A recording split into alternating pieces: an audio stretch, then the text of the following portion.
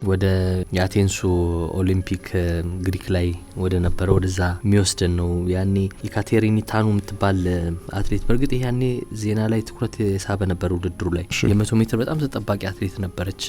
ግሪኮችም ተስፋ ያደረጉባት ነበረች ሜዳሊያ ዝርዝር ውስጥ ትገባለች ብለው እና ውድድሩ ከመጀመሩ በፊት አበረታች መድኃኒት መውሰድ አለመውሰዳቸው አትሌቶቹ ይጣራ የለ እንደዛ ለምርመራ ስትፈልግ አልተገኘችም እና አብራት ትሬኒንግ ከምትሰራው ጋር አልተገኙም ጠፉ እና ምክንያታቸውን ሲገልጹ የሞተር ብስክሌት አደጋ ስላጋጠመን የዛን ቀን መምጣት አልቻልንም አሉ። ለዚህ በውድድሩ ላይም ሳይሳተፉ ቀሩ። በኋላ ላይ ማጣራት ሲደረግ ግን ምንም የደረሰ የሞተር ብስክሌት አደጋ የለም እና ያው የአበረታች መድኃኒት ወስደው እንደነበረ ነው የተረጋገጠው። በዚህ ምክንያት ለሁለት ዓመታት ወደ ውድድር አልተመለሰችም።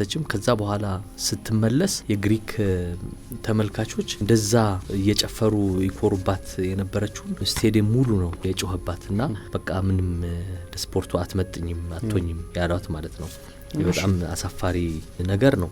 ኢትዮፒካሊ